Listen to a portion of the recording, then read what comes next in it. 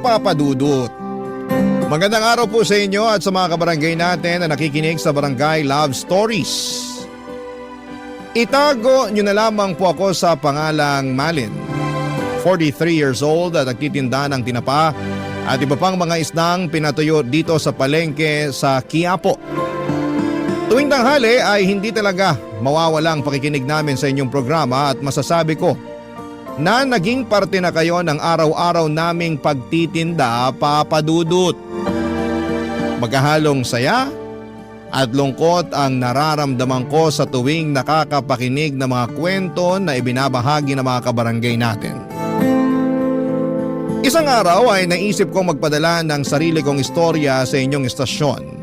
Buti na lamang at tinulungan ako ng anak ko para makapag-email sa inyong programa.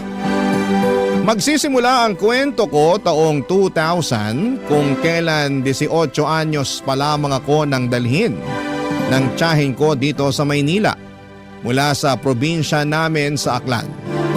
Bata pa lamang ay pangarap ko na talagang makatungtong sa lugar na ito dahil marami akong mga magagandang kwento na naririnig at nababasa tungkol sa Maynila.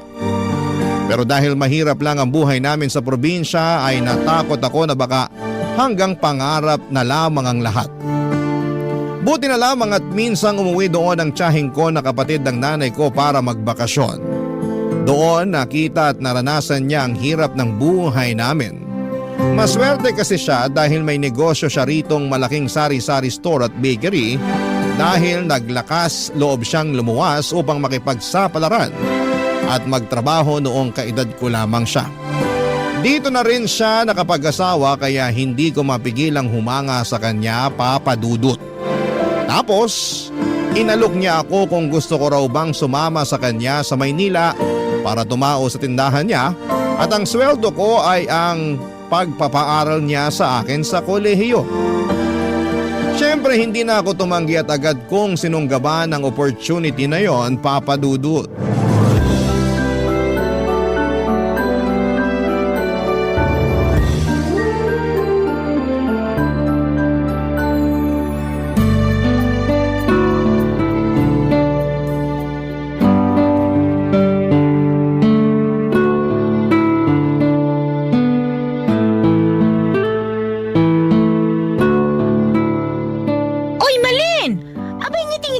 Yung mga customer, baka isipin ng mga yan na tinatarayan mo sila. Hala, nginingitian ko naman po sila, Chang. Mabuti, pero kausapin mo pa rin. Para naman maging close mo.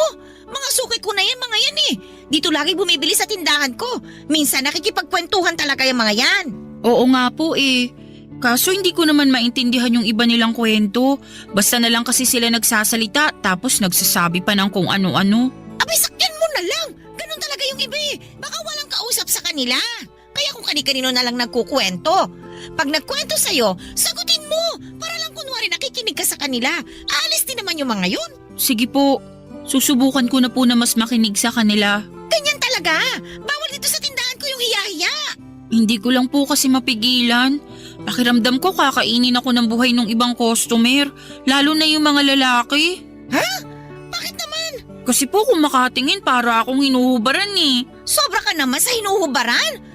Baka naninibago lang sa'yo kasi nga bagong salta ka dito eh. Kahit siguro ako yung customer na makakita sa'yo, titinan din naman kita mula ulo hanggang paa.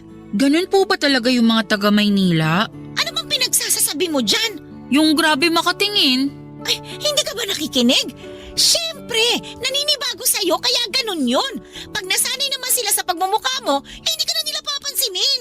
Pasensya na po kasi naninibago lang din ako. Ay, alam ko naman yon. Pero ang sabi ko nga sa'yo, bawal dito sa tindahan ko yung hiya-hiya.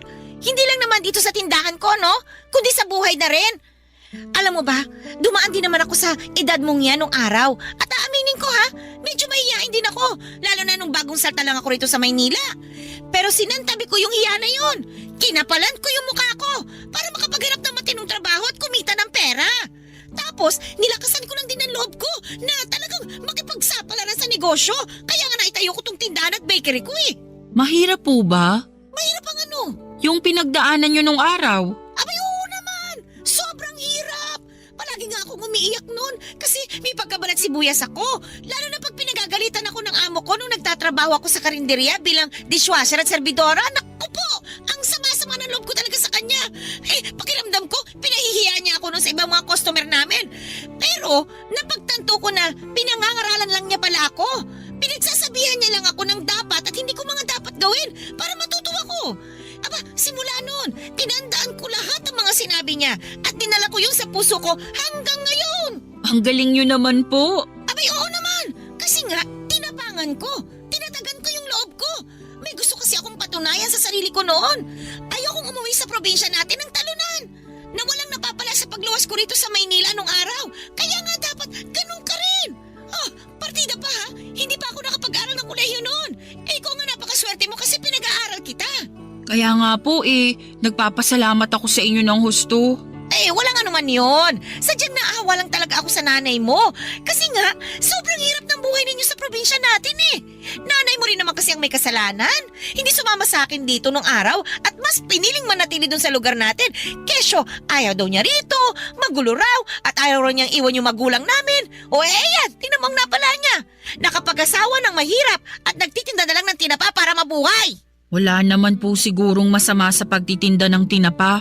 Marangal naman pong trabaho yun, Chang. Marangal nga, pero mababa ang kinikita. Maliit. Kaya kayo isang kahig, isang tuka Simula ngayon, dapat baguhin mo na yung pag-iisip mo. Dapat, kung magkakaroon ka ng ambisyon, abay taas-taasan mo na. Nagkakaintindihan ba tayo?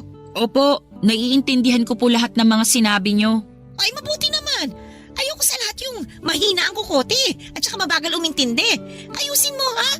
Binida pa naman sa akin ng nanay mo na matalino ka raw. Pangako po na aayusin ko na yung pagtatrabaho ko rito at saka yung pag-aaral ko po. Mabuti naman. Dapat lang. Wag na wag mong sasayangin ang oportunidad dahil minsan lang yan kung dumating sa buhay natin.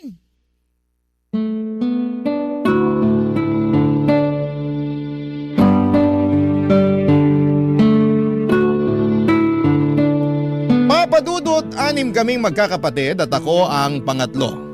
Mangingisda ang trabaho ng tatay namin samantalang nagtitinda naman ang tinapa si nanay. Sa aming magkakapatid, ako lang talaga ang may pangarap na makapunta sa Maynila kaya nga pinilit kong makapagtapos ng high school kahit na napakahirap ng buhay namin. Bata pa lamang ay tumutulong na ako kay nanay sa pagtitinda ng tinapa para kahit papaano ay may pambaon ako. Sa kabila ng lahat, isang kahig at isang tuka pa rin ang pamumuhay namin. Kaya nga malaki ang pasasalamat ko sa tiyaheng ko na sumalba sa akin sa sitwasyong kinakalagyan ko sa probinsya namin. Pakiramdam ko ay binigyan niya ako ng panibagong pag-asa na magpatuloy sa buhay at mangarap ng malayo katulad niya. Strikta si Tia at kahit na pamangkin niya ako ay tauhan lang din ang trato niya sa akin. Katulad ng isa ko pang kasamahang tindera. Wala pong special treatment kumbaga dahil gusto raw niyang matutunan ko ang mga bagay sa Maynila at paghirapan ng bawat sentimo na ginagastos niya sa pagpapaaral at pagpapakain niya sa akin. Wala namang kaso yon dahil alam kong hindi pinupulot ang pera, Papa Dudut. Ang motto nga ng tiyaheng ko sa buhay ay isang malaking kasalanan ang mamatay na mahirap. Hindi nagtagal ay naging motto ko na rin yon sa buhay. Habang nagtatrabaho ako sa tindahan ay pumapasok ako sa isang university sa Maynila at kumuha ako doon ng kursong may kinalaman sa pagnenegosyo. Dahil gusto kong magtagumpay sa larangan na yon pagdating ng araw. Kapag walang klase ay abala naman ako sa pagtatrabaho sa tindahan ng tiyaheng ko at kahit na nakakapagod ay iniisip ko na lamang na magbubunga rin ang lahat ng pinaghirapan ko pagdating ng panahon. Sabi nga ng nanay ko ay hindi naman sa lahat ng araw ay nagtatanim tayo. Darating din daw ang takdang panahon na aanihin natin ang lahat ng tinanim natin. At yun lang ang palagi kong iniisip. Kaya nga nagsikap talaga ako sa pag-aaral at nagsipag sa pagtatrabaho, Papa Dudut.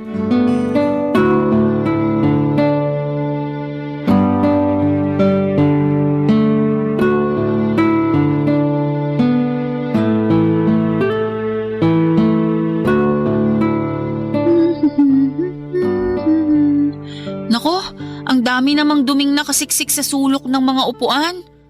Buti na lang naisipan kong magwalis. Kung hindi, baka makita pa to ni Chang. Anong makikita ni Mama? Butiki! Sa gwapo kong to? Mukha akong butiki sa'yo?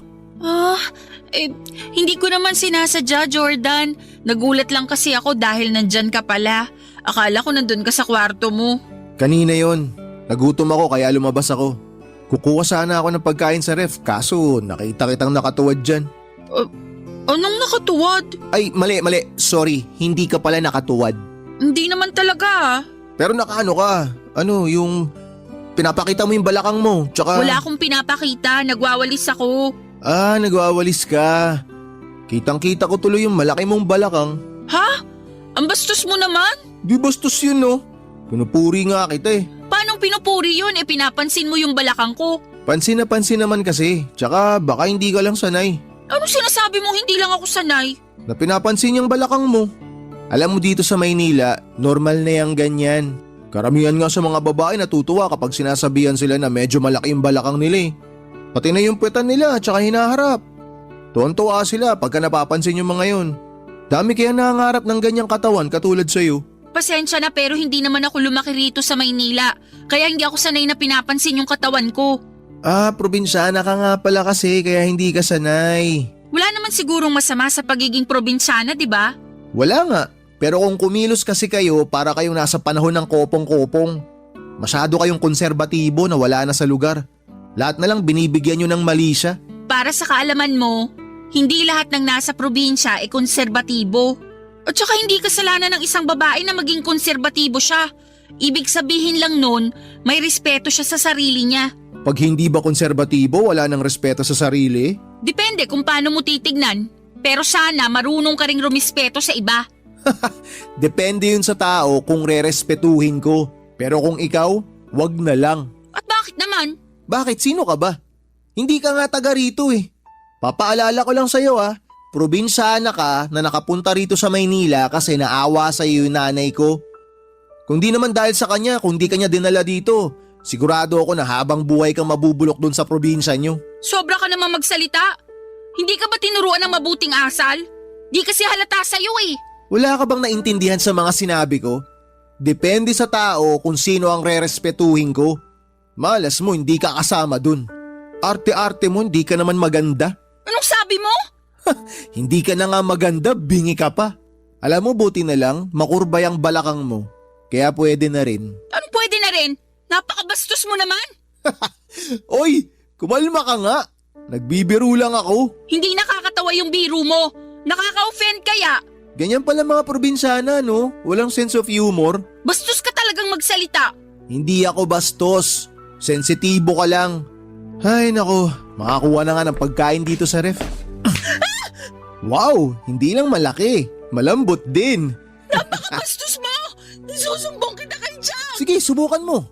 Malalagot ka sa akin. Bakit? Anong gagawin mo? Malalaman mo kapag nagsumbong ka.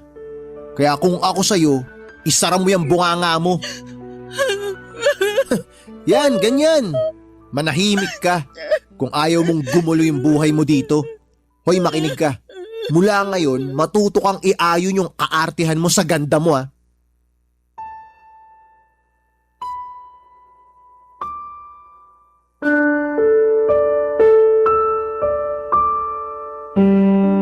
Papadudot, may 2 anak na lalaki ang tiyahing ko at si Jordan ang panganay. Nasa 3 taon na siya noon sa kolehiyo at sa parehong eskwelahan kami nag-aaral. 21 years old na ang pinsang kong yon. Malaking lalaki po si Jordan kung ilalarawan ko. May itsura pa at hindi ko gusto ang galawan lalo't may pagkamayabang ito. Napapatanong nga ako sa sarili ko noon kung ganon talaga ang mga kalalakihan na pinanganak at lumaki sa Maynila. Yun bang presko ang ugali at may pagkahambog? Hindi naman sa nilalahat ko, Papa Dudut, pero ilan din sa mga kaklase ko, mapa lalaki man o babae, ay ganon ang pakikitungo sa akin. Sa totoo lang ay hindi ako komportable kapag nasa paligid ako ng pinsang kong si Jordan. Kakaiba kasi siyang tumingin at pakiramdam ko ay binabantayan niya ang bawat galaw ko. Noong una iniisip kong baka gusto lamang niya akong makilala ng mas malalim dahil nga sa magpinsan kami. Kaya nga lang habang tumatagal ay kinukutuban ako ng hindi na maganda sa kanya. Sa kabila ng lahat ay pinilit kong isantabi ang nararamdaman kong yon dahil ayoko siyang pag-isipan ng masama. Kahit minsan na nga na nabastos niya ako, Papa Dudut. Barangay Love Stories. Barangay Love Stories. Papa Dudut, may 2 palapag ang bahay ng tiyahin ko. At may maliit akong kwarto sa bahay nila na nasa unang palapag. Habang nakatira doon ay nakatoka ako sa paglilinis ng bahay tulad ng paghuhugas ng pinggan, pagwawalis ng sahig at paglilinis ng CR bago ako pumasok sa eskwelahan. O di kaya ay magtinda sa tindahan nila. Magkahiwalay ang tindahan at bahay ng tiyahin ko pero hindi naman malayo ang pagitan noon sa isa't isa. Nilalakad ko nga lang yon ng 3 minuto at nasa may bukana kasi yon ng barangay kung saan sila nakatira. Bale, ang pasok ko noon sa eskwelahan ay 5 araw na pare-parehong nagtatapos ng 3:00 ng hapon. Tapos nagjo-duty naman ako sa tindahan ng tiyahin ko bandang 4:00 hanggang 10:00 ng gabi.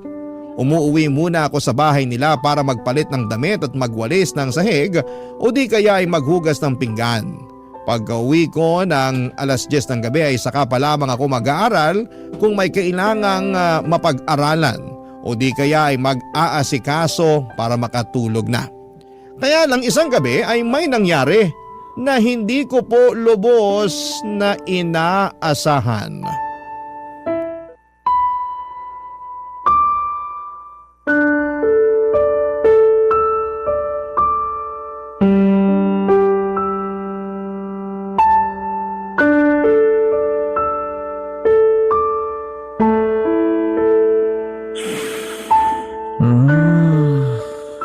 Bang-bang mo naman. Ang sarap nito, halik-halikan. Ano ginagawa mo? Shhh! Huwag ka maingay. Mamaya may makarinig sa atin eh. Aray! Bakit mo ako tinadyakan? Nagtatanong ka pa talaga? Ikaw, bakit ginawa mo sa akin yan? Ginawa sa'yo ang ano? Yung pumasok dito sa kwarto ko, tapos hinahalik-halikan mo pa yung hita ko. Huy, pwede ba hinaan mo yung bibig mo? Baka magising si mama at papa tapos kung ano pang isipin ng mga yun. Mabuti nga para malaman nila yung ginagawa mo. Sinabing huwag kang maingay eh. Ano ba? Bisuhan mo ako! Tatanggalin ko lang tong kamay ko sa bibig mo kapag nangako ka sa akin na mananahimik ka na. Ano? Hindi ko to tatanggalin hanggat hindi ka nangangako sa akin na hindi mo ko isusumbong kay na mama at papa. Mangako ka! Tumango ka kung naiintindihan mo ako. Tango! Buti naman nagkakaintindihan tayo. Ang sama-sama mo. Nakainom lang ako. Tsaka hindi ko naman sinasadya eh. Anong pinagsasabi mong di mo sinasadya? Pumasok ka sa kwarto ko, tapos may gusto kang gawin sa akin kung hindi ako nagising. Ang sabi ko nga, nakainom lang ako. Wala naman akong gagawing masama sa'yo. Tsaka hindi ko sinasadya na pumasok dito sa kwarto mo. Aray, grabe ang lakas ng pagkakatadyak mo sa akin. Sakit ng tagiliran ko. Tulang pa nga yan! Dapat sa'yo sinusumbong sa mga magulang mo para malaman nila na meron silang manyakis na anak. Sinong manyakis? Sino pa ba? Eh di ikaw? Uulitin ko lang ha. Wala akong ginawang masama sa'yo. Tsaka ipapaalala ko lang na nasa bahay ka namin. Kung magsusumbong ka, sigurado ka bang maniniwala ang mga magulang ko sa'yo? Baka nakakalimutan mo kung sinong anak sa ating dalawa. Magsama-sama mo! Masama na kung masama, wala akong pakialam. Pag nagsumbong ka kay mama, gagawin ko lahat mapalayas ka lang dito sa bahay namin. Baka gusto mo bumalik sa probinsya nyo para magtinda ka na lang din ng tinapa kasama ng nanay mo. Siyempre hindi! Kaya nga ako sumama sa mama mo para magtrabaho rito kapalit ng pagpapaaral niya sa akin. Pero sana naman kahit probinsyana lang ako at mahirap lang ang buhay namin sa probinsya, matuto ka pa rin rumispeto. Hindi ka nga kasi karespe-respeto. Nakainom lang ako kaya dito ako pumasok sa kwarto mo. Kaya medyo hindi ako nakapag-isip ng matino. Ang bata mo pa, pwede ka na bang uminom at magpakalasing? Oo naman, matanda na ako. Pwede ko nang gawin kahit na anong gusto ko. Ayusin mo yung pagdadala ng alak. Hindi yung imbis na sa tiyan mapupunta ay umaakit sa ulo mo kaya apektadong pag-iisip mo. Manahimik ka na. Dami mong sinasabi. Totoo naman eh. Ay, pupunta na nga ako sa kwarto ko. Wala naman ako mapapala sa'yo. Umalis ka na at huwag ka nang babalik. Bakit naman ako babalik? Taas naman ang tingin mo sa sarili mo. Kala mo maganda ka? Pangit mo, tanga. Alis na sabi! Oo, eto na, alis na. Masyado ka namang atat. Eto, lalabas na nga oh. Sa susunod, maglalak ka na ng kwarto mo ah. Bida-bida ka rin eh. Baka mamaya, sinadya mo lang talaga na hindi ilak tong pinto para may makapasok dito sa kwarto mo. Anong pinagsasabi mo? Nakalimutan ko lang ilak yung pinto ko pero hindi ibig sabihin basta-basta mo na lang akong papasukin dito. Kasalanan mo naman pala eh. Sisihin mo sarili mo. Huwag ka nang bibintang ng ibang tao. Papa Dudut, siguro'y nakatulog na ako noon ng ilang oras nang mangyari ang pagpasok ni Jordan sa kwarto ko. Hindi ko na maalala kung nakakandado ko or nakandado nga ba ang pintuan pero mukhang hindi dahil sa sobrang pagod. Kaya siguro'y nakapasok na siya. Gulat na gulat ako at takot na takot dahil sa ginawa niya sa akin ng gabing yon. Nasa impluwensya pa siya ng alak at pinagbantaan pa ako na huwag magsumbong sa tiyahin ko kundi ay mananagot ako sa kanya. Ewan ko Papa Dudut pero para na lamang akong napipi at napatango na lamang sa kanya bilang pagsang-ayon ng gabing yon. Tapos ay kita ko sa pagmumukha niya na wala siyang pagsisisi. Tiningnan niya pa ako ng masama saka sarkastikong tumawa bago lumabas ng kwarto ko. Pagkalabas niya ng pintuan ay dali-dali ko yung kinandado sabay halukip-kip ng sarili ko. Tandang-tanda ko na hindi ako masyadong nakatulog ng maayos ng gabing yon.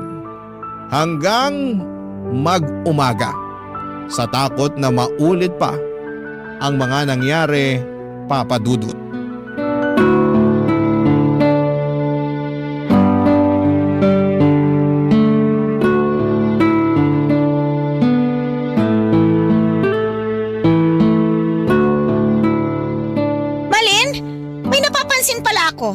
Ano po yun? Magkaaway ba kayo ni Jordan ko?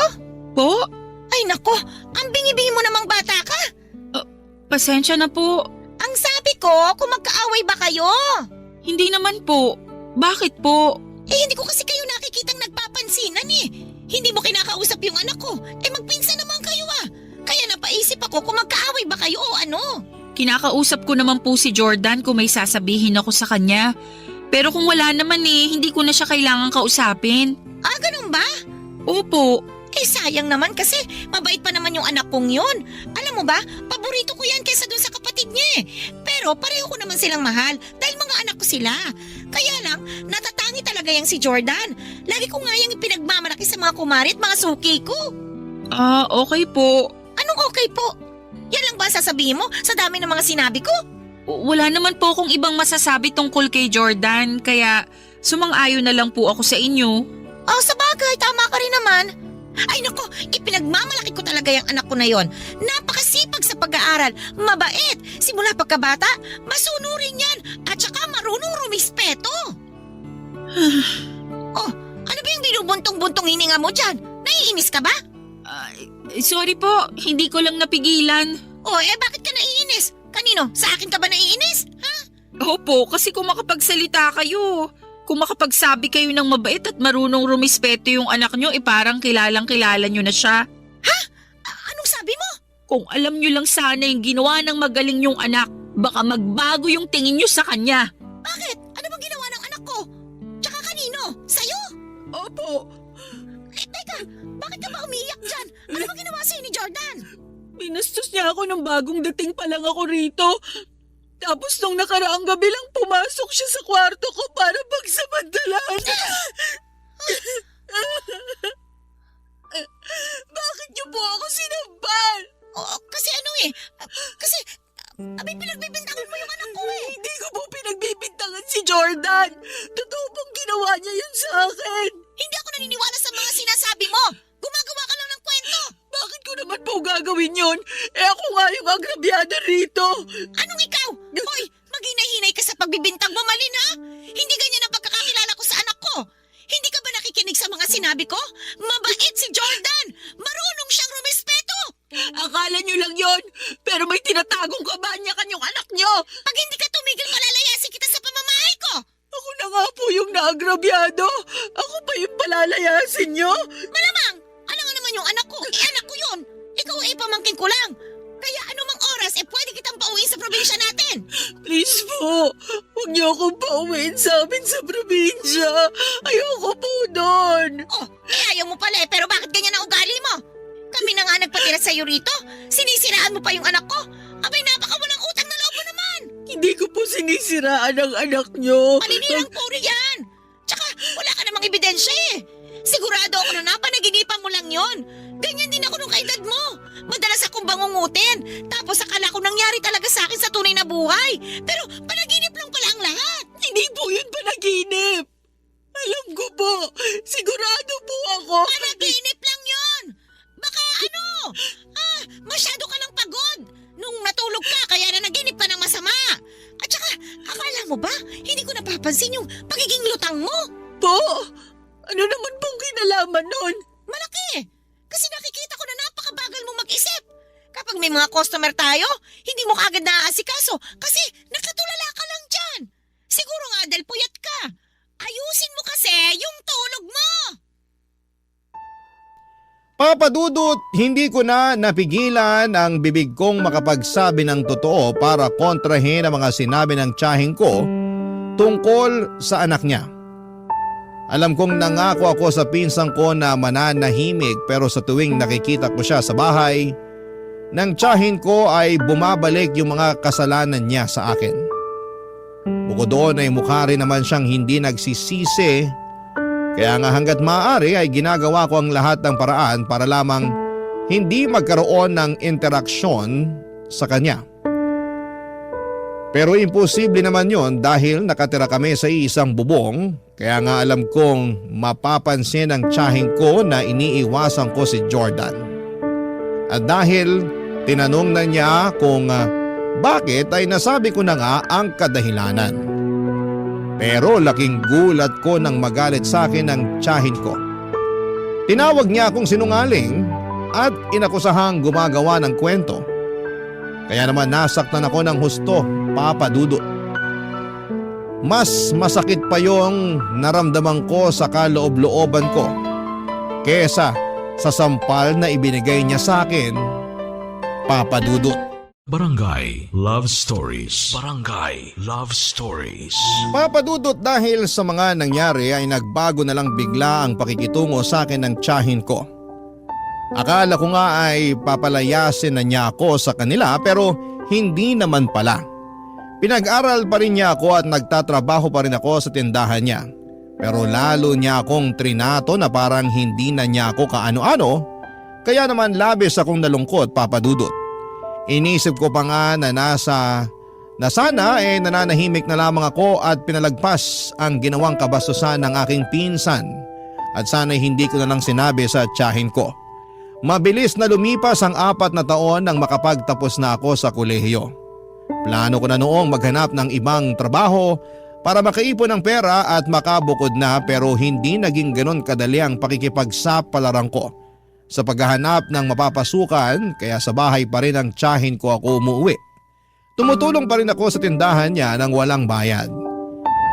Hindi na sa bahay nila nakatira si Jordan matapos nitong makipag-live-in sa girlfriend nito 1 taon pagka-graduate niya sa college. Kaya nga aminado ako na nakahinga ko ng maluwag dahil hindi ko nakasama sa iisang bubong ang manyakis kong pinsan. Isang araw ay nag-decide ang tiyahin ko kasama ang tiyo ko at anak nilang bunso na umuwi ng probinsya ng kanyang asawa sa Samar dahil meron daw emergency doon. Hindi ko na alam kung ano yung emergency pero sa akin nila ibinili ng bahay nila. Nabantayan ko raw hanggang makauwi sila. Wala namang problema sa akin yon lalo't 5 araw lang naman sila noon. Kaya lang nung huling gabi na nila sa probinsya ay umuwi na lang sa bahay si Jordan na lasing na naman. At ako kaagad ang pinagdiskitahan niya matapos ko siyang pagbuksan ng pinto. Tinulak niya ako sa sofa at agad na pinatungan. Pero bago pa siya may magawa sa akin ay natuhod ko na ang kanyang pagkalalaki. Tapos mabilis akong tumakbo sa kusina para kumuha ng kutsilyo sabay tutok sa kanya. Doon na siya nahimasmasan at nakipag-areglo sa akin. Nagsorry siya at nakiusap na ibaba ko na ang kutsilyo. Wala naman talaga akong plano na saksakin siya pero namumuro na siya ng mga panahong yon. Nagawa lang daw niya yon dahil nilayasan daw siya ng kinakasama niya pero hindi ko na siya pinakinggan. At agad akong nagkulong sa kwarto ko ng gabing yon. Kinabukasan ay maagang dumating si Tia sa bahay Papa Dudut.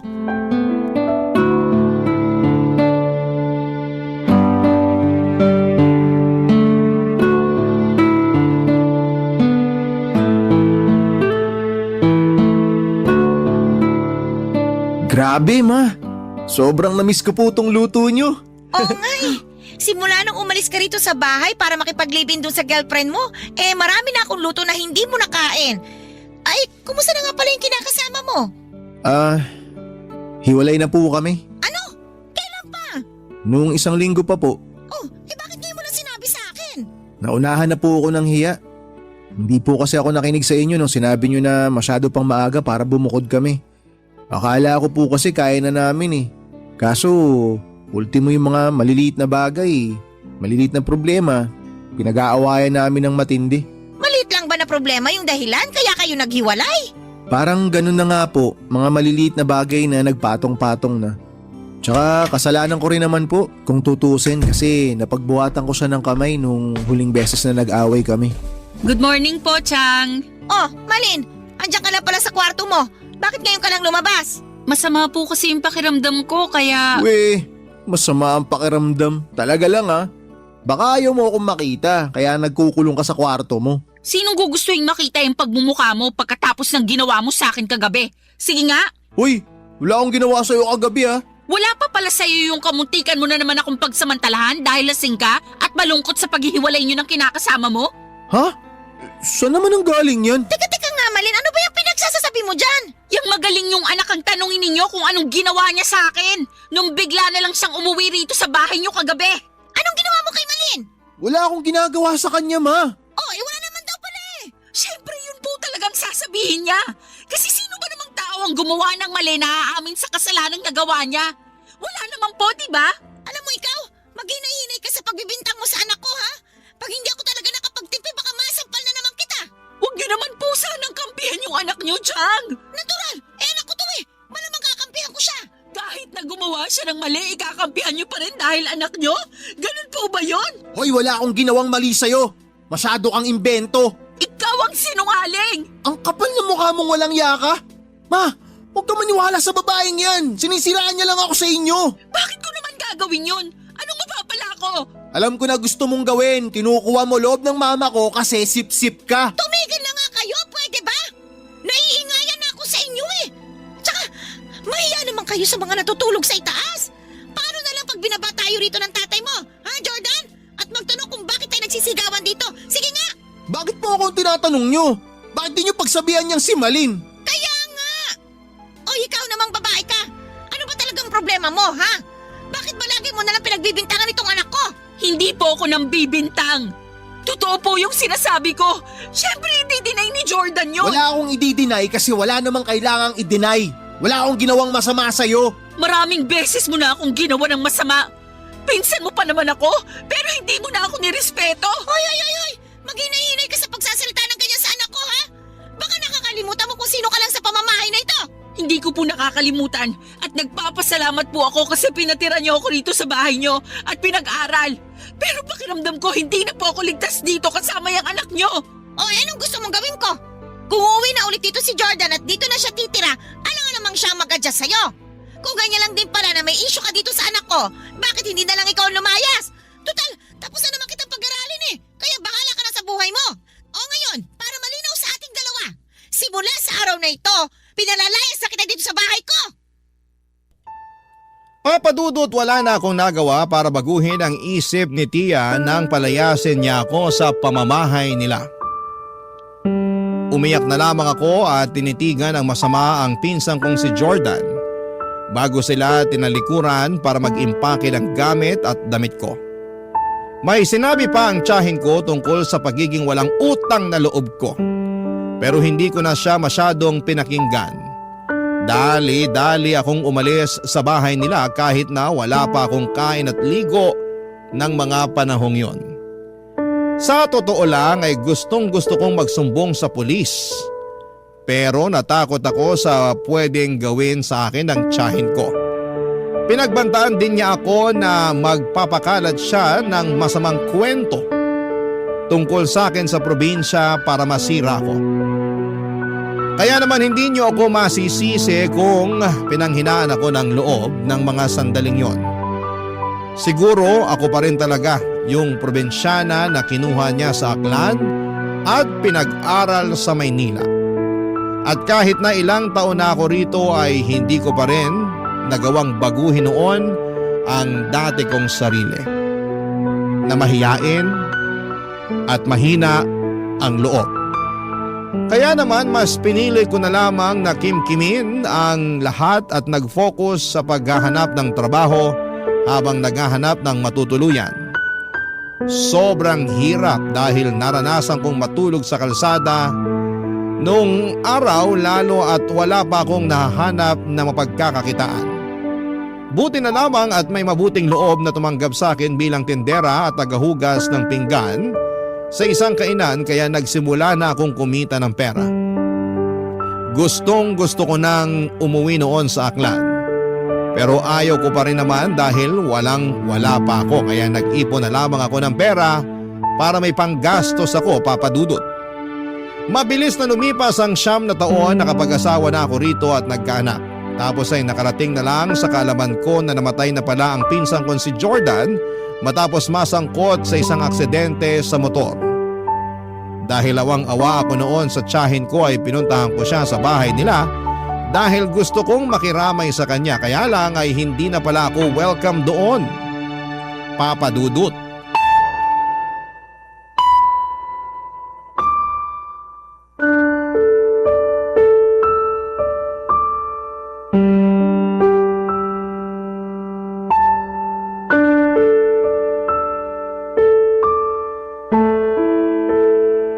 Anong ginagawa mo rito sa burol ng anak ko, Malin? Gusto ko lang naman pong makiramay sa pagkamatay ni Jordan kaya nagpunta po ako rito. Pero alam mo ba na hindi ka na welcome sa pamamahay ko simula nung pinalayas kita?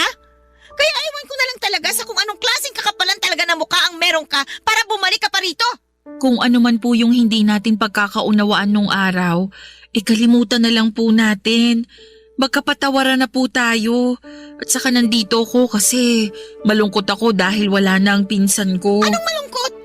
Akala mo ba maniniwala ako sa sinasabi mong yan? Baka ang ibig mong sabihin masaya ka kasi sa wakas namatay na yung anak ko. Hindi po totoo yan. Hindi raw totoo, pero alam kong yun ang matagal mo nang gusto mangyari sa kanya. Kahit kailan hindi ko po hiniling na mamatay si Jordan. Kahit na ginawa niya ako ng masama. Saka hindi po ba kayo nakikinig? Kalimutan na natin yung nangyari noon at magkapatawaran na tayo. Napatawad ko na po si Jordan. Matagal na panahon na. Pwes, hindi ako ganun kadaling magpatawad, lalo na sa katulad mong walang utang na loob sa akin. Alam mo, nito ko lang napagtanto na may sa demonyo ka pala. Ano pong sinasabi niyo? Na anak ka naman kukulam. Kasi may dala kang sumpa sa pamilya namin. Simula nung umalis ka, nagkanda-leche-leche na yung buhay namin. Halos malugi na yung tindahan at bakery ko. At kulang na lang magsara na. Mabuti na lang kahit papano na ilaban ko. Kaya nakakabalik pa rin sa akin yung puhunan ko kahit paunti-unti. Tapos yung mister ko, nagkasakit ng malubha. Kaya kinailangan siyang operahan. Yung anak kong pangalawa, nakabuntis naman. Kaya hindi nakapagtapos ng kolehiyo. Tapos, namatay naman si Jordan. Lahat yun, kasalanan mo. Wala po akong ginagawang masama sa pamilya niyo, Chang. Ako nga yung ginawa ng masama ni Jordan, tapos hindi niyo naman ako pinaniwalaan. At bakit? Sino ka para paniwalaan ko, ha? Kaya siguro kayo kinarma kasi masama talaga ang ugali niyo. Anong sinabi mo? Sabi ko, masama talaga ugali niyo. Kunwari lang kayong concern kayo sa akin kaya tinulungan niyo ako makapunta rito sa Maynila at pinag-aral. Pero sa huli, sinusumbatan niyo lang din ako. Kahit kailan, Wala ka talagang utang na loob! Malaki po ang utang na loob ko sa inyo. Nire-respeto ko kayo bilang tiyahin ko at nagpapasalamat ako sa inyo ng husto dahil tinulungan niyo akong makapag-aral at makaalis sa probinsya namin. Pero sobra-sobra po yung kapalit nun sa akin. Wala po kayong alam kung paano ako nabuhay sa takot at kaba pag nasa paligid yung anak niyo. Simula nung ginawa niya ako ng masama. Tapos kayo na inaasahan kong magiging kakampi ko, hindi pa naniwala sa akin. Kung ano-ano rin pong masasakit na salita ang sinabi niyo sa akin na kinimkim ko lang sa dibdib ko kasi umaasa ako na mawawala rin yon. Kaya nga pumunta ako rito ngayon para makiramay sa inyo. Kaya lang pinapasama niyo na naman yung loob ko. Sana kasi hindi ka nalang pumunta dito eh. Sana hindi ka nagpakita sa akin. Kasi ayaw ko naman makita yung pagmumukha mo talaga. At kahit ano pang sabihin mo, hindi ako naniniwala na wala kang dalang malas. May sakampon ka ni Satanas. Kaya lumayas ka na ngayon sa harap ko. Hindi niyo na po ako kailangan palayasin. Dahil aalis po talaga ako. O ano pang hinihintay mo? Pasko? Bagong taon? Alis na! At wag ka nang magpapakita pa sa akin! Papadudot, pinagsisihan ko na po na pumunta pa ako sa burol ng pinsan ko matapos akong ipahiya at palayasin ng tiyahin ko.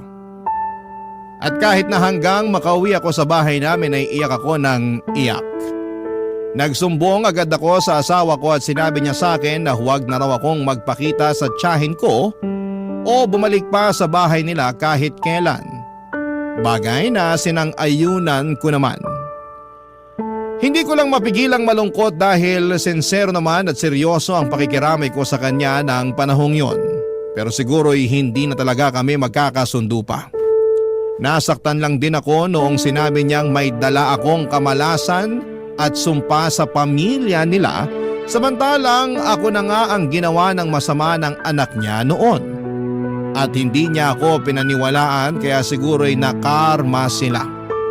Pero hindi naman ako humiling noon. Baka kusa lang talagang binigay sa kanila yon ang kapanaran. Simula noon ay pinutol ko na nga ang ugnayan sa tiyahin ko at sa pamilya nila. Kung tatanungin ninyo ako, kung may balita pa ako sa kanila ay wala na po masyado. May naririnig po akong kwento mula sa iba naming kamag-anak na may sakit daw ang tiyahin ko pero hindi ko na po kinumpirma pa. Siguro may bahagi sa akin na natatakot nang magpakita sa kanya dahil baka sumbatan niya lang ulit ako at pagsalitaan ng masama at masakit. At ayoko na ulit na mangyari yon, Papa Dudut. Sa kasalukuyan, pamilya ko na lamang at negosyo ang iniintindi ko. Alam ko na hindi madali ang pinagdadaanan ko noong araw at sa kamay pa mismo ng kamag-anak ko. Pero nagpapasalamat pa rin po ako sa Diyos. Dahil hindi niya ako pinabayaan, Papa Dudut. Na sa tuwing nangyayari yon ay nililigtas niya pa rin ako. Kaya naman, sa kanya ang kapurihan. Hanggang dito na lamang po ang sulat ko, Papa Dudut. Maraming salamat po sakaling mapili po ninyong i-ere ang kwento ng buhay ko. God bless and more power sa Barangay Love Stories. Ang inyong forever kapuso at kabarangay, Malin. Dear Papa Dudut, magandang tanghali po sa inyo. Sumulat po ko sa inyo para i-share ang isang nakakatuwang alaala ko mula noong kabataan ko na hanggang ngayon ay hindi ko pa rin makakalimutan. Isa itong kwento na tiyak akong makakarelate ang lahat lalo na sa mga kaidaran ko na dumaan sa parehong henerasyon. Tawagin niyo na lamang po ako sa pangalang Jepong, 38 years old at isang city guard. Ang kwento ay nangyari 16 years ago. Di pa uso noon ng Facebook at isa pa lamang akong hamak na binatang tambay noon. Wala pang social media ng panahon namin. Ang tanging kinakaadikan ng mga kabataang tulad ko noon ay ang pagtitext sa cellphone. Isa sa mga hindi ko malilimutan noong panahon ko ay noong nauso ang pagkakaroon ng text clan. Para sa mga hindi po nakakaalam, sa mga Gen Z, Ang clan ay grupo ng mga taong karaniwan ay hindi magkakakilala na nagmula pa sa iba't ibang mga lugar.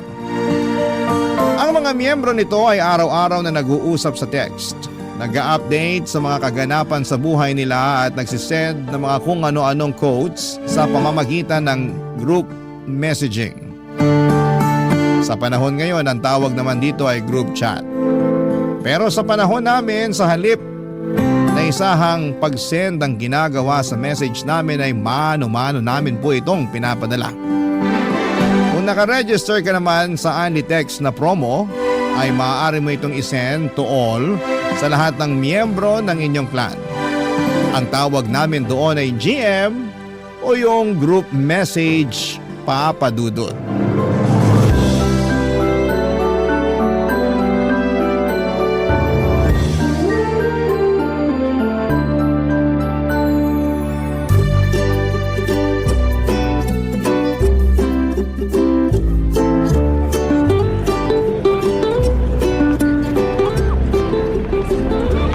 Ano na naman tong GM na sinend mo?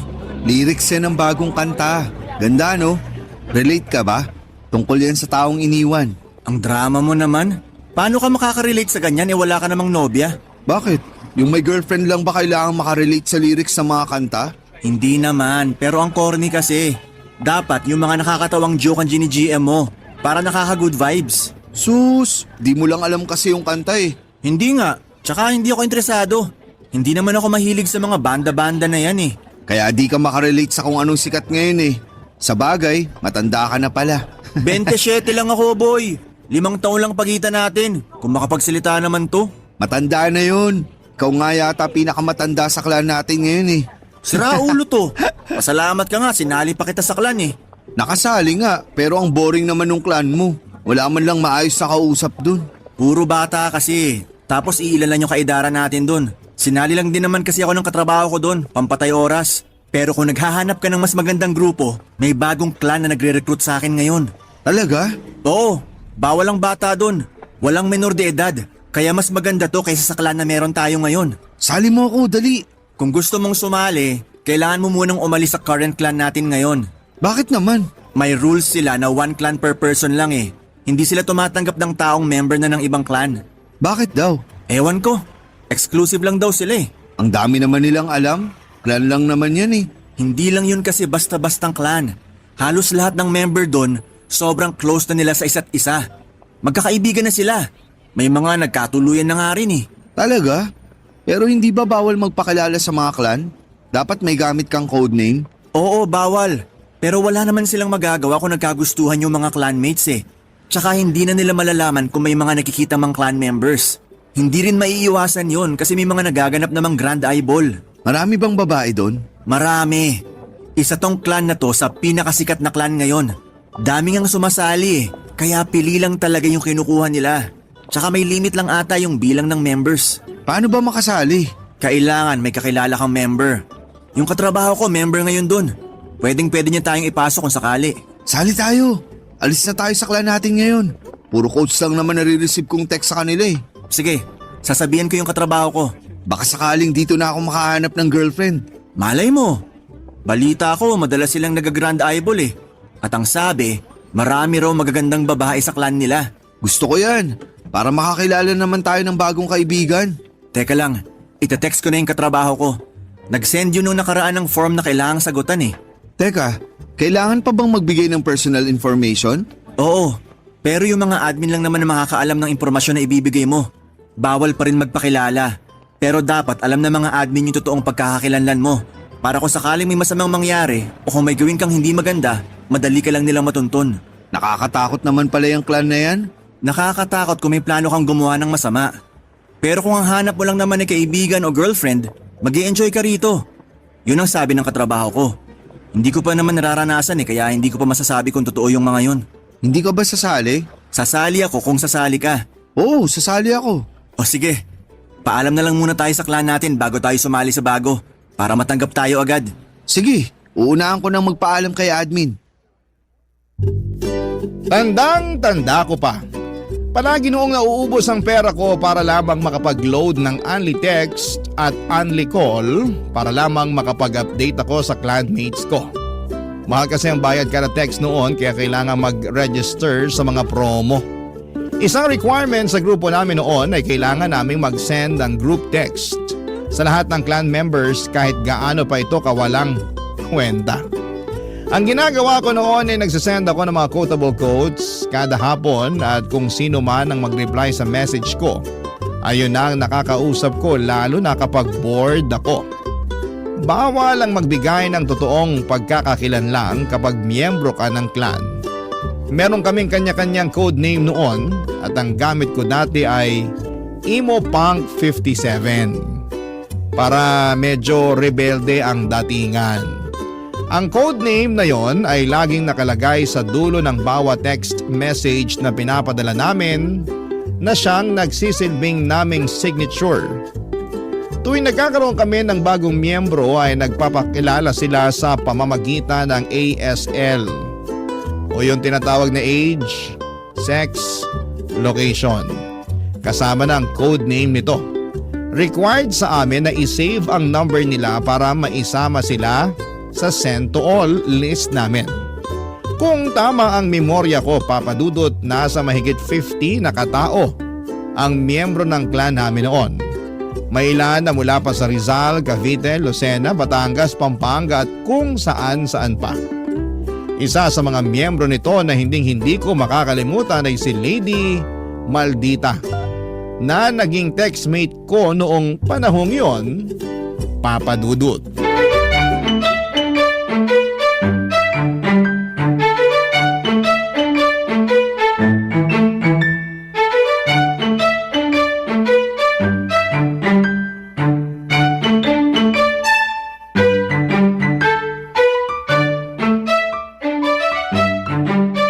Sarap ng ngiti ah!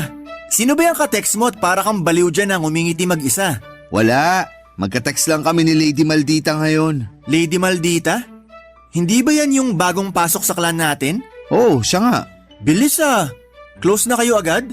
Winelcome ko lang siya tapos nagtuloy-tuloy na yung usapan namin. Kausap ko rin yan nung nakaraan eh. Talaga? Anong pinag-usapan nyo? Wala naman, kung ano-ano lang. Pero masarap siyang kausap, no? Oo, ang kulit nga niya sa text eh. Hindi siya na nag-uusapan. Kaya minsan hindi ko namamalayan yung oras. Ilang oras na pala kaming magkausap. Malayo siya sa codename niya na Maldita kasi hindi naman siya Maldita talaga. Tinanong ko nga siya kung bakit Lady Maldita yung codename niya. Oh, anong sabi? Wala lang daw. Trip lang daw niyang gamitin yung salitang Maldita para cool daw pakinggan. Kung sa bagay, emo punk nga yung codename mo. Eh hindi ka naman emo. Mas lalo sa'yo. Dark Knight 69? Superhero ka? Kaya nga codename eh. Kanya-kanyang trip lang yan. Sa tingin mo, maganda tong si Lady Maldita sa personal? Hindi ko alam. Di ko pa naman siya nakikita eh. Bakit? Type mo? Medyo. Anong medyo?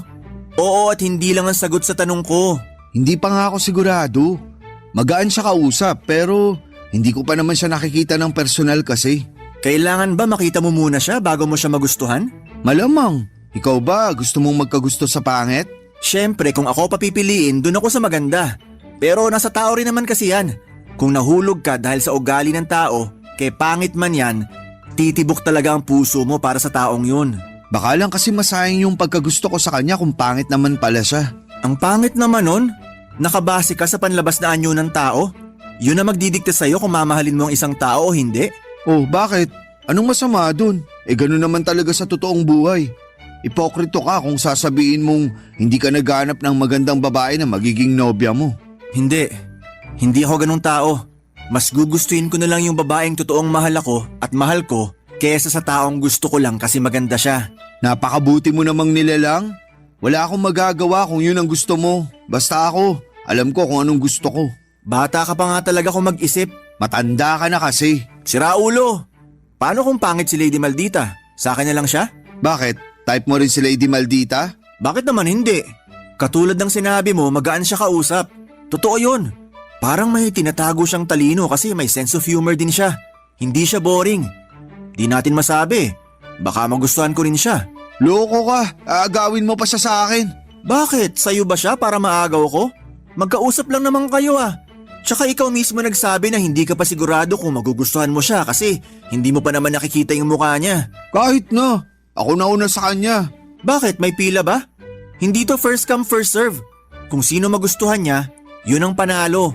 Nakikipagkompetensya ka ba sa akin? Bakit? Takot ka? Ba't naman ako matatakot sa'yo? Di hamak naman na mas lamang ako sa'yo. Yun naman pala eh. Eh di may the best man win na lang. Ako na yun. Huwag ka nang mag-aksaya ng oras. Huwag ka masyadong pakampante. Magugulat ka na lang ako na pala yung pinili. Nek-nek mo. Taas ang tingin mo sa sarili mo eh. Hanggang ngayon wala ka pang nobya. Malay natin si Lady Maldita na yun. Sa akin mapupunta si Lady Maldita. Sisiguraduhin ko yun. Tingnan na lang natin kung kanino siya mauuwi. Simula noon ay gabi-gabi na kaming magka-text ni Lady Maldita.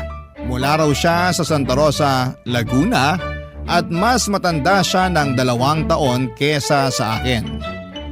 Nagtatrabaho siya sa isang kumpanya na hindi niya pinangalanan.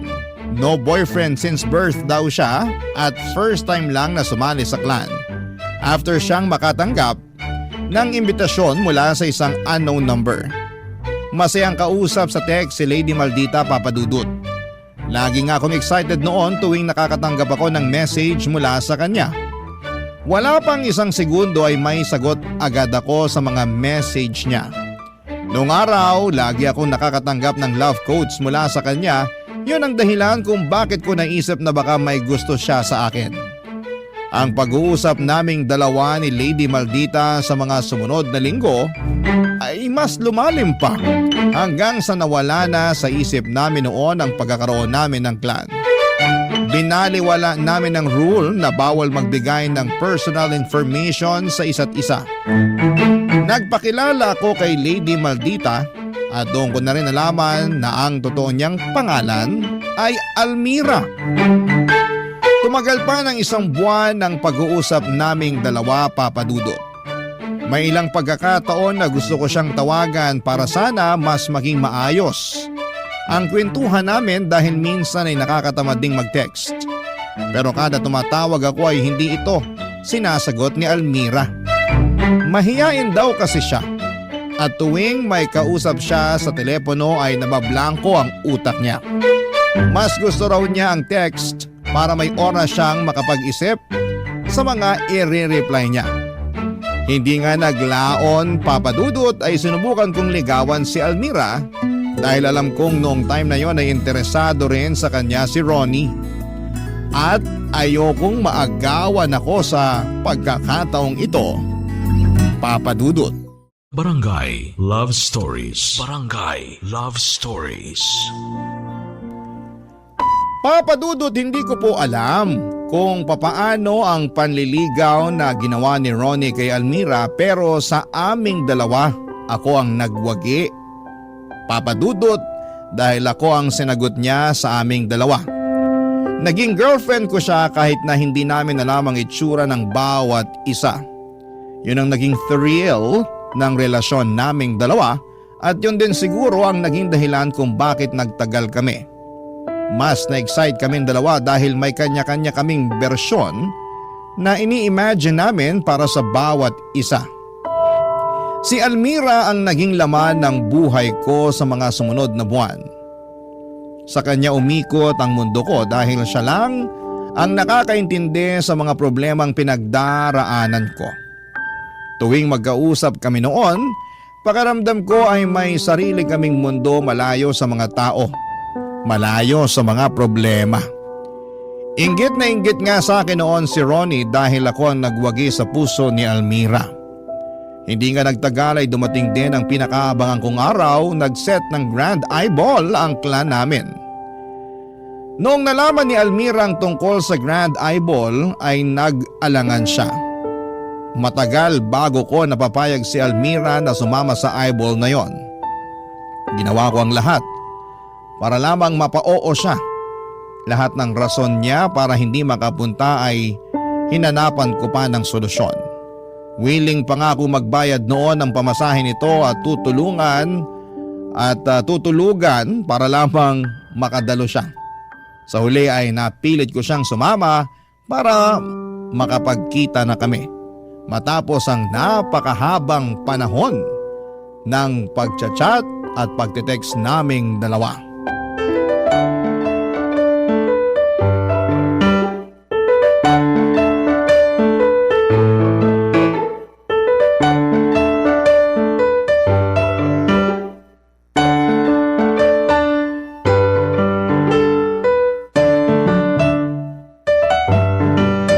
Jepong, manlibre ka naman dyan kahit soft drinks lang. Sa akin natambay ka pa talaga magpapalibre? Wala akong pera. Ikaw nga tong dapat manlibre.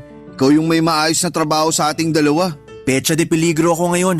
20 pesos na nga lang natitira sa pitaka ko Puro barya pa. Kung bakit kasi sobrang gastador mo? Nakalimutan mo yata na breadwinner tong kausap mo. Winner saan? Sira, breadwinner. Ang ibig sabihin nun, ako yung bumubuhay sa pamilya ko. Ah, yun pala ibig sabihin nun. Akala ko nanalo ka. Ano palang plano mo sa Grand Eyeball ng clan natin? Pupunta ka ba? Siyempre naman. Yun na yung pagkakataon namin ni Almira para magkita. Talagang seryoso na yung relasyon nyo ni Almira. Oo naman. Anong akala mo sa amin? Naglalaro lang ng bahay-bahayan? Swerte mo.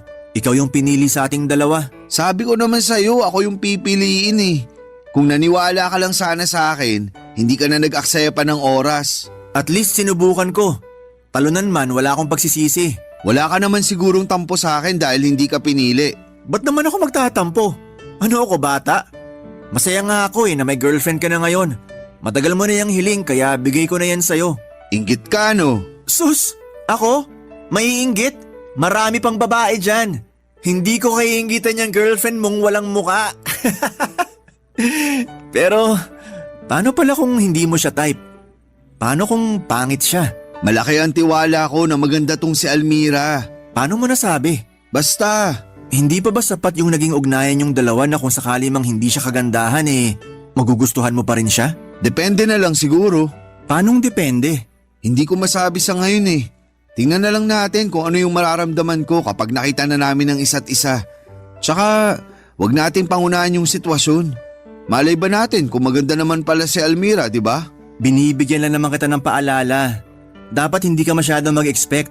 Baka mamaya sa sobrang taas na expectation mo, madismaya ka lalo. Teka, ba't mo ba pinagpipilitang pangit si Almira? Nagkita na ba kayo?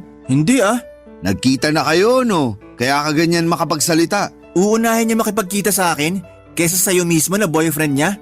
Mag-isip ka nga, Jepong, kung ano-ano iniisip mo dyan. Ang sa akin lang naman, ano man yung maging itsura ni Almira, sana tanggapin mo pa rin siya. Swerte ka kung maganda siya, pero paano kapag hindi? Di pinaasa mo lang yung tao. Huwag kang mag-alala, hindi ko naman siya paaasahin Sana nga kasi tao yun. May sariling damdamin at puso siya na masasaktan kapag bigla mo na lang siyang iiwan dahil lang sa itsura niya. Basta, malakas ang kutob ko, maganda si Almira. Maiinggit ka na lang sa akin kapag nakita mo siya. Katulad ng sinabi ko, masaya ako para sa'yo ano man ang mangyari. Hindi kita kaiinggitan kasi kaya ko rin maghanap ng babaeng para sa akin. Sumama ka na lang kasi sa eyeball para sabay nating makita si Almira. Pustahan ulit tayo kung gusto mo. Wag na. Bigay ko na sa iyo yung araw na yon. Para sa inyong dalawa yon. Nagsaselos ka lang yata kaya ayaw mong pumunta sa eyeball. Jepong, sayong-sayo na si Almira. Huwag mo akong problemahin kasi marunong akong tumanggap ng pagkatalo. Sige, ikaw bahala. Tawagan mo kaya siya? Ayaw nga niya ng ganun. Awkward daw siya sa tawag. Bakit naman? Hindi ko alam. Basta, hindi raw siya mahilig sa mga tawag-tawag na ganyan. Nape-pressure daw siya. Weird Parang may tinatago. May tao bang hindi mahilig sa tawag? Meron, yung mga mahihain. Kapatid ko nga ayaw din sa ganun Magkikita naman na kayo Wala naman na sigurong kaso kahit magtawagan pa kayo sa cellphone. O sige, susubukan ko siyang tawagan ulit. Kahit na alam kong hindi naman niya ako sasagutin. Ilang beses ko na siyang sinubukan tawagan. Ayaw talaga niya. Eto na, tatawagan ko na.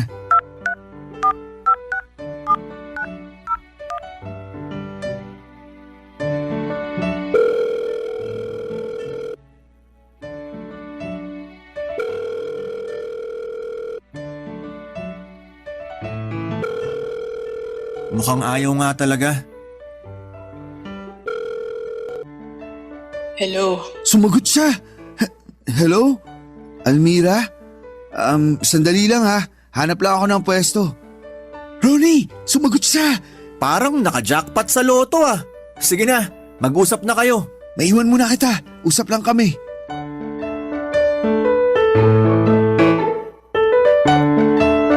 Bagay na bagay ang boses ni Almira sa inimagine ko, Papa Dudut.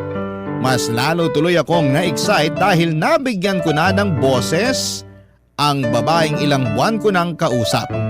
Kung pwede lang sana noong gabi-gabi na lamang kaming magtawagan kaso'y ayaw talagang sumagot ng tawag minsan si Almira. Gawa nga na may anxiety daw siya pagdating sa mga ganong klase ng pag-uusap. Kahit papaano naman ay minsan ay pinagbibigyan pa rin niya akong kausapin ko siya sa tawag kapag nakukulitan na siya sa akin. Sapat na para sa akin yon, Papa Dudut. Habang binibilang namin ang araw bago ang Grand Eyeball ng clan ay kung ano-ano ng plano ang binuo namin ni Almira kapag nagkita kami. After Eyeball ay nangako siya sa akin na mag-i-stay muna siya sa Maynila para magkasama pa kami ng mas mahaba. Para mapaghandaan ang unang pagkikita namin ni Almira ay nagpagupit pa ako noon at bumili ng bagong damit. Gusto ko kasi na presentable ako kapag nakita niya ako para hindi siya ma-disappoint sa akin. Hindi rin naman ako kapangitan, Papa Dudut.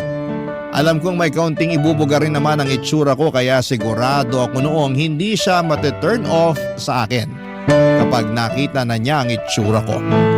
Sa isang malaking mall ginanap ang Grand Eyeball ng clan namin, Papa Dudut.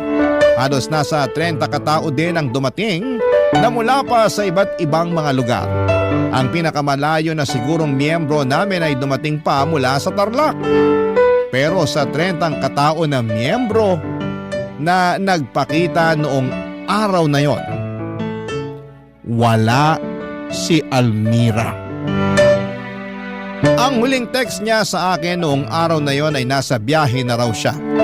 Pero pagkatapos noon ay hindi ko na siya makontak pa. Maging ang mga kasamahan namin ay hindi niya nire-replyan. Sobrang dismayado ako noon kay Almira sa puntong nagkaroon ako ng tampo sa kanya ng araw na yon.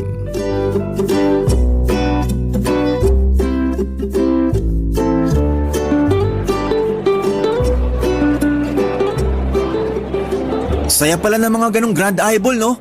Akala ko boring eh, kaya hindi ako interesado nung una. Mabuti na lang pala, last minute nagbago yung isip ko at sumama ako sa'yo. Wag mo muna akong kausapin. Bad trip ako ngayon. Oh, ano nangyari? Bakit ka naman bad trip? Hindi ako sinipot ni Almira. Ha? Hindi siya dumating? Nung nagkahiwalay tayo kanina, akala ko kikitain mo na siya. Yun dapat ang plano. May napag-usapan kaming meeting place para mas mauna kaming magkita. Dapat sabay kaming pupunta sa Eyeball. Kaya kita pinauna kanina. Kasi gusto kong ako yung maunang makakita sa kanya. Kaya naman pala hindi kita makita kanina eh. Akala ko naman, mas pinili niyong umalis na lang para mag-date sa labas. Buong araw, hinintay ko siya sa meeting place namin. Walang Almira na dumating. Pero bakit daw? Bakit hindi siya nakarating? Hindi ko alam. Hindi niya sinasagot mga tawag ko. Hindi siya nagre-reply sa mga text ko. Hindi kaya may nangyari sa kanya habang papunta dito? Ang sabihin mo, iniindyan niya ako. Pero bakit ka naman i-Indianin nun? Eh ang tagal niyo ng plinanat ng pagkikita niyo. Yun ang palaisipan sa akin hanggang ngayon. Kaya nga ako nababanas eh. Baka naman hindi pa siya ready. O kaya naunahan siya ng hiya kaya hindi na siya tumuloy. Kung ganun man ang nangyari, maiintindihan ko naman siya eh. Basta sabihin lang niya sa akin na hindi na siya matutuloy. Hindi yung pinaghintay pa niya ako buong araw para lang pala sa wala. Hindi ba siya nagsabi? Hindi, nakakainis nga eh. Text ako ng text sa kanya. Naubos na nga yung load ko kaka-text sa kanya. Hindi man lang siya nag-reply. Nako, mukhang in-Indian ka nga talaga. Hindi mo naman sinabi sa akin para sana nasamahan kita sa pag-aantay. Idadamay pa kita sa problema ko? Wag na. Yung Eyeball naman ang ipinunta mo eh, hindi si Almira. Pero syempre kaibigan kita. Gusto ko rin naman na samahan kita kapag may problema ka pinagdadaanan. Salamat, pero kaya ko namang harapin mag-isa yun eh. Hindi naman na ako bata para mangailangan ng kasama. Tsaka nakakahiya.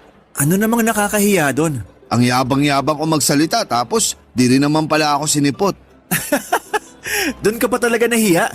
Sanay na ako sa kayabangan mo kaya wag mo nang ikahiya yun.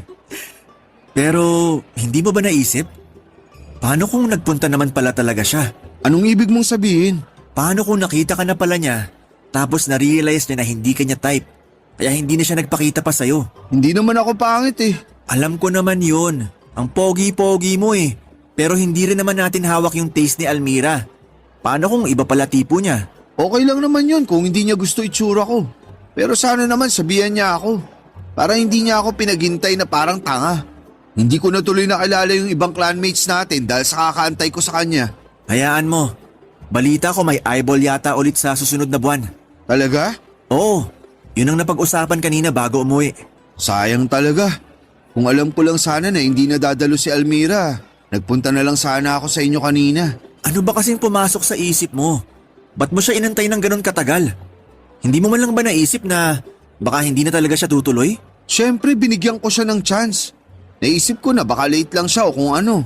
Hindi ko naman alam na talagang hindi pala niya ako sisiputin. Antayin mo na lang kung anong paliwanag niya.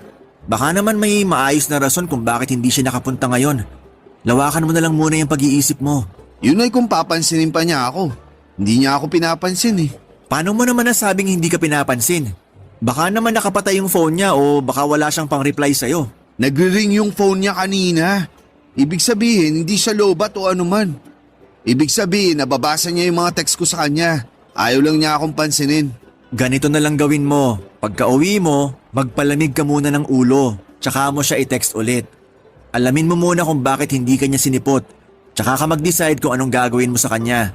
Bahala na. Yun ang gawin mo. Gusto mo kumain muna tayo bago tayo umuwi? Napagod ako sa eyeball eh. Ginutom ako. O sige, tara. Baka sakaling mawala tong inis ko. Kinabukasan, Papa Dudut, ay isang mahabang text message ang pinadala sa akin ni Almira. Sa sobrang haba nito ay nahati pa ang text sa 3 long message dahil limitado lang ang bilang ng salita na pwedeng ipadala sa text noon. Nagsimula si Almira sa paghingi ng tawa dahil hindi siya nakadalo sa eyeball na ilang linggo ring naming inabangan. Saka siya nagpaliwanag na hindi raw siya nakapunta dahil nagkaroon ng emergency sa bahay nila. Isinukod sa paggamutan ng nanay niya dahil bumaba raw ang sugar level nito at buntik nang mapahamak ang kanyang buhay. Ang galit na naramdaman ko noon ay biglang napalitan ng pag-aalala. Agad ko rin naman siyang pinatawad sa ginawa niyang pang-Indian sa akin dahil naintindihan ko naman na mas mahalaga ang pamilya kesa sa pagkikita naming dalawa. Marami pa naman kaming pagkakataon para magkita uli kaya hindi ko na lamang ito masyadong dinibdib. Sa halip ay nangako sa akin si Almira na babawi na lamang siya sa akin sa mga susunod na araw. Sa katunayan, siya mismo ang nag-set ng bagong araw ng pagkikita namin. Ilang araw ang hinintay ko para sa pagkikita namin ni Almira. Hindi na nga ako makapag-focus sa mga ginawa ko noon dahil sobrang excited ako sa meet-up naming dalawa. Ang dami kong planong gawin sa kanya kapag nagkita na kami, Papa Dudut. Kaso nga lang, nang dumating ang araw ng paghaharap naming dalawa ng girlfriend ko, ay nadismaya lamang ako, Papa Dudut. Ang lahat ng expectation ko ay parang tubig na nag-flash sa toilet nung nakita ko na ang babaeng nagngangalang Almira na naging girlfriend ko ng ilang buwan, Papa Dudut. Barangay Love Stories. Barangay Love Stories. Papa Dudut, sa isang mall sa Parañaque kami nag-decide na magkita ni Almira. Siya mismo ang pumili ng lugar na yon kaya pinagbigyan ko siya. Sobrang dami ng tao noong araw na yon dahil araw ng Sabado. Ang malala ay nagloloko pa ang network provider ko noong araw na yon.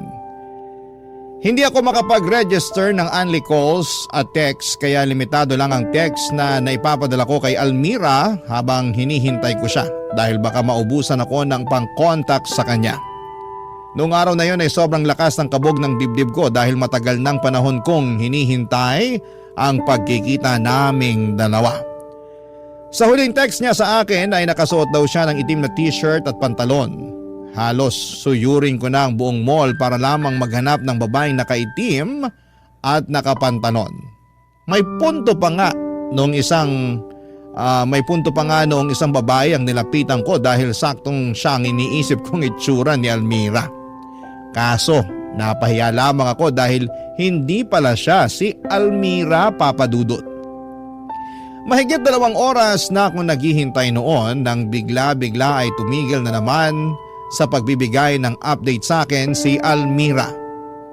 Nang mga oras na yon ay nagsimula na ako magkaroon ng hinala. Ganon na ganon kasi ang ginawa niya sa akin noong eyeball. Bigla na lang siyang tumigil sa pagre-reply. Pakiramdam ko ay hindi na naman niya ako sisiputin. Pero kahit na ganoon ay nagantay pa rin ako ng ilang oras hanggang sa bigla itong nag-text sa akin at nagsabing nasa mall na siya. Papa Dudut, biglang bumilis ang tibok ng puso ko. Habang excited na hinahanap si Almira, ay biglang dumating si Ronnie at mas nauna kong nakita kesa kay Almira, Papa Dudut.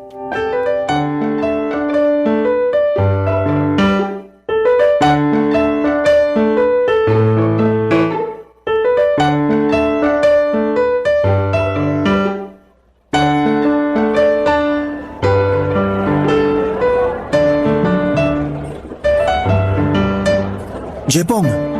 Oh, Ronnie, anong ginagawa mo rito? May dinaanan lang ako. Naghahanap kasi ako ng bagong sapatos kaya nagpunta ako rito sa mall. Ah, ganun ba? Buti naman nakita mo ako sa dami ng tao ngayon dito sa mall. Sakto nga eh. Ano bang ginagawa mo rito? May kasama ka ba? Dito kami magkikita ni Almira. Ngayon yung meet up naming dalawa. Sigurado ka na ba dyan? Baka mamaya hindi ka na naman siputin nun ha? Totoo na to. Alam kong hindi na mauulit yung nangyari noon. Kapag ginawa ulit yun ni Almira, alam niyang magagalit ako sa kanya. Kaya sigurado ako ngayon na magkikita na talaga kami. Gusto mo samahan muna kita magantay para naman hindi ka maboring dito? Sige, pwede naman para may makausap din ako. Sige, maupo na ako rito. Itong Almira ba na to? Gano'n na ba kalalim yung pagtingin mo sa kanya? Seryoso na talaga ako sa kanya. Sobrang nahulog na yung loob ko kay Almira. Na kahit ano man ang itsura niya, kahit pangit siya, tatanggapin ko talaga siya. Talaga? Ganon ka na kaseryoso sa kanya? Kahit na hindi pa kayo nagkikita? Oy, hindi ko alam kung bakit pero para ba ang tagal na naming magkakilala? Alam niya yung mga trip ko eh. Tanggap niya yung pagkatao ko. Maliban sa'yo, siya lang siguro yung taong nakakaintindi sa akin. Kaya kahit buong araw pa ako maghintay sa kanya rito, aantayin ko talaga siya. Kulang na nga lang ako na mismo pumunta sa kanila eh. Ba't di mo ginawa? Ayaw niya. Strict daw yung parents niya. First time lang daw kasi niya magkaroon ng boyfriend kaya baka mabigla yung mga magulang niya kapag nakita nila ako. Kaya siguro natatakot siyang makipagkita sa akin nung una kasi kinakabahan siya. First time lang niyang makipagrelasyon eh. Ganon ba? Oo, kaya hindi ko siya minamadali. Pero ngayon, ang dami kong plano para sa amin ngayong araw. Pagdating niya, hindi ako magsasayang ng oras. Susulitin ko tong buong araw na magkasama kami. Jepong, may sasabihin sana ako sa'yo. Ano yun? Paano kung hindi pala totoo si Almira? Ha? Anong hindi totoo? Ano yun? Multo siya, ganon? Sorry. Oh, bakit ka naman nagsusorry sa akin? May nagawa ka bang kasalanan? Huwag ka sanang magagalit sa akin pero Pero ano? Ano yun? yung kausap mong Almira, ako yun. Ha? Paano ikaw yun? Okay ka lang? Anong tinira mo ngayon? May 2 akong SIM card. Yung isa, yun ang gamit kong pang text sa'yo bilang Almira. Teka lang. Sinasabi mo na ikaw si Almira? Ikaw yung ka-text ko? Ibig mo sabihin, wala talagang Almira? Oo, ganun na nga. Sorry, alam kong mali yung ginawa ko pero… Seryoso ka ba? Ikaw yung kausap ko ng ilang buwan? Ikaw yung nakaka-text ko gabi-gabi na pinagsasabihan ko ng mga sikreto ko? Ako nga, pasensya ka na kung… Anong trip mo? Bakit mo ginawa yun sa akin? Gusto ko lang naman na mas makilala pa kita eh. Makilala? Matagal na tayong magkaibigan. Ano pang gusto mong malaman sa akin? Tsaka bakit kailangan mo pang magpanggap na babae para lang kilalanin ako? Gusto mo akong kilalanin tapos solokohin mo ako? Ano yun? Hindi ko naman kasi alam na mauuwi yun sa ganito kaseryosong sitwasyon eh. Hindi ko naman alam na mahuhulog ka sa ka-text mo lang. Ginawa mo akong tanga. Anong klaseng kaibigan ka? Inuto mo ako na may kausap akong Almira, tapos ngayon ka lang magsasabi ng totoo? Langya, ilang buwan yun, Ronnie? Ilang buwan mo akong ginagago? Masaya ka ba sa ginawa mo? Masaya ka ba na para akong asong nauulol sa taong gawa-gawa mo lang pala? Siyempre hindi. Pero bakit mo ginawa yun? Hindi ko maintindihan. Hindi talaga. Bakit kailangan mo pang magpanggap? Bakit kailangan mo pa akong gawing tanga? Walang sense eh. Para saan yung ginawa mong yun? Sorry talaga. Ang galing mo, grabe. Best actress kang ugok ka. Nung tinawagan ko si Almira, sino yung babaeng nakausap ko sa cellphone? Katrabaho ko yun. Kinakonsyaba ko siya na sagutin yung tawag mo kung sakaling tawagan mo si Almira. Iniwan ko sa kanya yung SIM card na gamit ko. At naganap ka pa talaga ng kasabwat sa panluloko niyo sa akin? Galing! Asalamat ka, kaibigan pa rin ang turing ko sa'yo ngayon. Kung hindi, kanina ko pa nasapak yung pagmumukha mo. Jepong! Antanan mo ako, buwisit ka. Makalis na nga. Huwag mong ipapakita yung pagmumukha mo sa akin. Bubugbugin talaga kita kapag nakita ulit kita. Jepong, sandali lang! Hindi ko alam kung bakit nagawa sa akin ni Ronnie ang bagay na yon. Okay lang sana kung isang araw lang ang tinagal ng panlolokong yon, pero ilang buwan siyang nagpanggap na si Almira para lang gawin akong tanga. Pinaasa niya ako. Pinaibig niya ako sa isang taong hindi naman pala totoo. Sobrang galit ang naramdaman ko kay Ronnie ng panahong yon. Ilang araw ko siyang hindi pinansin kahit makailang beses niya akong tinext at tinatawagan. Sinubukan din niya akong puntahan sa bahay pero ayaw ko siyang harapin dahil baka kung ano pa ang magawa ko dahil sa sobrang galit ko sa kanya. Pakiramdam ko noon ay para kong bata na pinaikot lamang ni Ronnie. Hindi ko maisip kung anong klaseng trip ang gusto niyang gawin at kung ano man ang rason niya ay hindi yon nakakatuwa. Dahil sa nangyari ay umalis ako sa clan namin at dinilit ko na lahat ng contact ng clanmates ko na nakasave sa cellphone ko para matahimik ito mula sa kakatunog. Nakatulong ang ginawa kong yon para makalimot ako sa ginawang panloloko sa akin ni Ronnie. Nakakainis mang isipin, Papa Dudut, na sobrang dali kong nahulog sa ganong klaseng panloloko. Kung iisipin, ilang beses na akong hindi sinipot noon ni Almira, ayaw din niyang tinatawagan ko siya. Doon pa lang dapat ay nagkaroon na ako ng hinala. Pero dahil sa pag-ibig ay nabulag ako. Kaya madaling nauto ang puso ko. Pagkalipas ng ilang linggo ay hindi namin pagkikita at pag-uusap ni Ronnie ay nagpumilit siya pumunta sa bahay para personal na humingi ng tawad. Pero nung hindi ko siya kinita ay naghintay siya sa labas ng bahay hanggang sa nakakita siya ng pagkakataon na makausap ako ng masinsinan.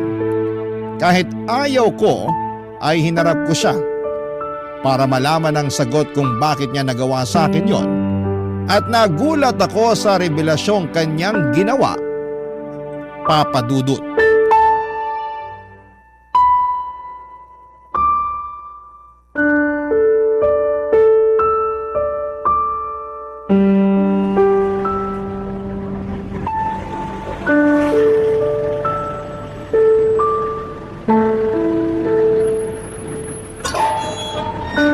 Jepong, Hanggang ngayon, nandito ka pa rin? Ibang klase. Ang tibay mo rin ah. kausapin mo naman ako. Hindi ba sabi ko sa'yo huwag mo nang ipapakita yung pagmumukha mo sa akin? Kailangan kita makausap para makapagpaliwanag ako sa nagawa ko. Pagkatapos ng ginawa mo sa akin, umaasa ka pa nakakausapin kita? Hindi mo na kailangang magpaliwanag. Ano mang paliwanag ang gawin mo, hindi na maaalis tong galit na nararamdaman ko sa'yo. Sige na, kahit ngayon lang. Ano pa bang sasabihin mo? Ipapamukha mo ulit sa akin na binilog mo ang ulo ko? Gusto mong palabasin na utoto ako? Na sobrang desperado ko kung sino-sinong pinapatulan ko? Hindi. Hindi yun ang dahilan kung bakit kita gusto makausap. Eh ano?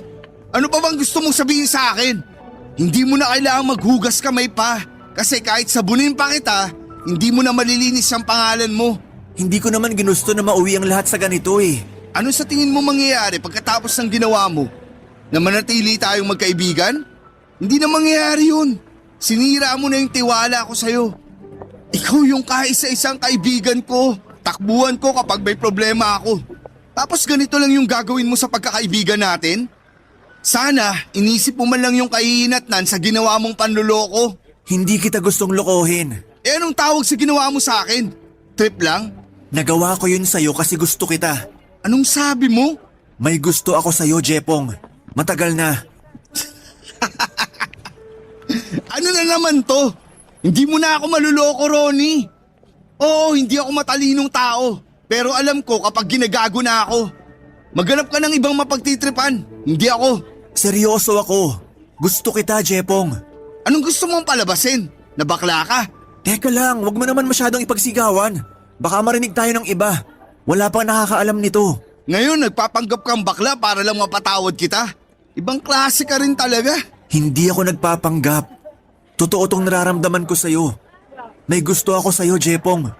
Noon pa man, nung unang araw pa lang tayong nagkakilala, crush na kita. May iya ka nga sa pinagsasasabi mo. Nakakadiri ka. Ba't ka naman magkakagusto sa akin pareho tayong lalaki. Hindi mo pa ba nagigets? Hindi ako nagkakagusto sa babae. Lalaki ang gusto ko. So bakla ka nga. Oo. Hindi ko yun maamin-amin sa'yo kasi baka hindi mo ako matanggap kaya ang ginawa ko, nagpanggap ako bilang babaeng textmate mo para mas makilala pa kita. Para masabi ko sa'yo kung ano yung totoong nararamdaman ko. Straight ako. Hindi ako pumapatol sa lalaki. Kilabutan ka nga sa mga pinagsasasabi mo. Hindi ako magkakagusto sa'yo, Ronnie. At kahit magpanggap ka man na babae, hindi ako papatol sa tulad mo. Nakakahiya ka. Oo, alam ko. Pasensya ka na sa nagawa ko. Alam ko naman na hindi maganda yung ginawa ko kaya sana mapatawad mo ko. Ang lala mo, sarap mong murahin. Sige, murahin mo ako kung yun ang gusto mo. Basta mapatawad mo lang ako. Marami akong gustong gawin sa'yo, pero hindi kasama doon ang patawarin ka. Siguro darating din yung araw na mapapatawad kita. Pero huwag ka nang umasang makakalimutan ko yung ginawa mo sa akin. Pinahiya mo ko. Habang buhay na yun nakatatak sa utak ko. Okay lang yun. Kahit hindi mo ako mapatawad, gusto ko pa rin mag-sorry sa ginawa ko. Sana balang araw, bumalik tayo sa dati. Sana dumating yung araw na makalimutan na lang natin yung nangyari. Hindi na tayo babalik sa dati. Nagbago na yung pagtingin ko sa'yo. Wala na akong tiwala sa tulad mo. Sorry talaga. Kung sa ganito lang din mauuwi yung pagkakaibigan natin, pwede bang atin-atin na lang yung nalaman mo? Sana wag nang makalabas to. Sa'yo ko lang sinabi tong sikreto kong to. Wala pang nakakaalam nito kaya sana wag mo na lang ipagsabi yung nangyari. Aalis na ako. Kung wala ka nang ibang sasabihin pa, maiwan na kita dyan. Sayang oras ko sa'yo. Teka, Jepong, sandali. Please. Pagkatapos ng ginawa mo sa akin, wala kang karapatang humingi ng pabor sa akin.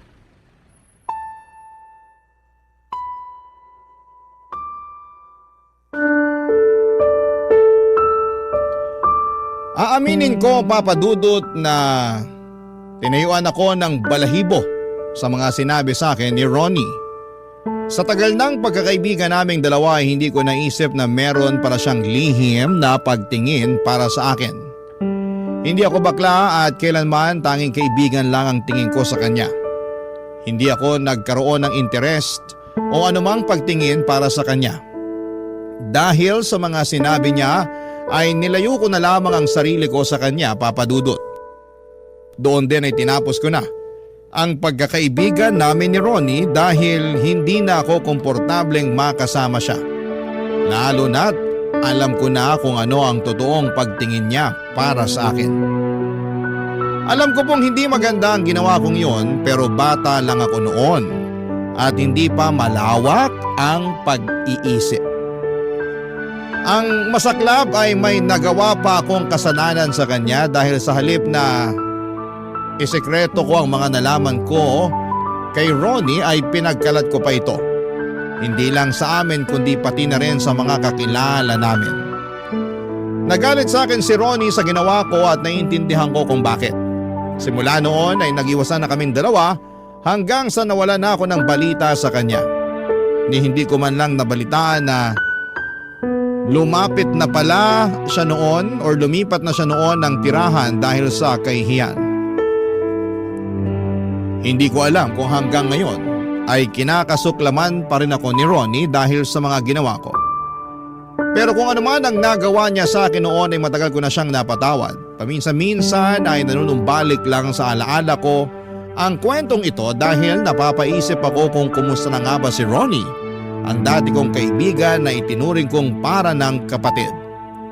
Kung sakali mang mapakinggan ni Ronnie ang kwento kong ito, naway sana'y nasa mabuti siyang kalagayan ngayon at masaya na sa sarili niyang buhay. Dito na po nagtatapos ang kwento ko at maraming salamat po sa inyo. More blessings po sa inyong programa at pa-shoutout na rin po sa mga dati kong clanmates noong 2009. Ang inyong forever kapuso at kabarangay, Jepong aka Emo Punk 57.